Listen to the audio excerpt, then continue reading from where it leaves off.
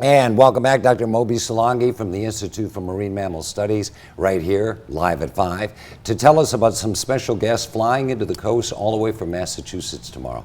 Good to see you, Moby, and thanks so much for joining us here in the show. You bet. Sea turtles coming from Massachusetts tomorrow. How many? They're cold stunned. What does that mean? Well, cold stun means that these animals cannot control their body temperature, and when there's a cold front that comes in, they haven't migrated, they freeze, and so they get pneumonias. They send them to nice warm weather to Mississippi.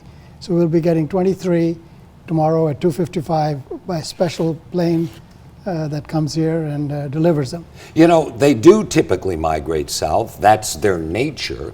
But for the ones that don't and are then caught up in this being cold stunned situation, That's correct. Why don't they? What happens in that case? Well, it's just a cold front comes suddenly. There's a timing, and when this is out of time, they just get caught.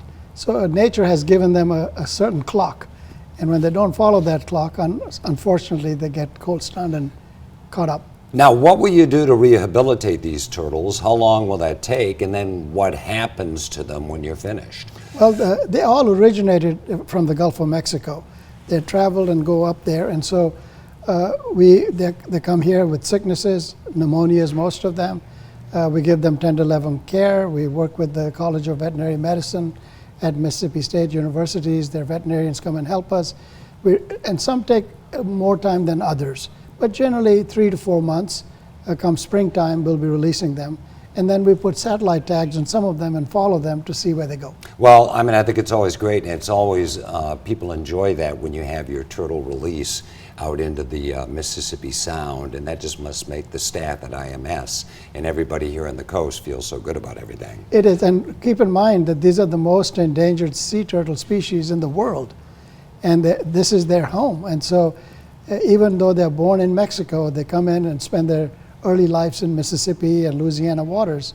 And so, Moby, before we let you get back to IMMS, you had those 4 dolphins found out at Petty Boy Island, usually deep water, somehow at Petty Boy Island.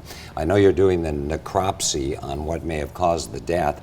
When are those results going to be out, and what's the speculation on that? well, it takes 3 or 4 weeks. This is very unusual.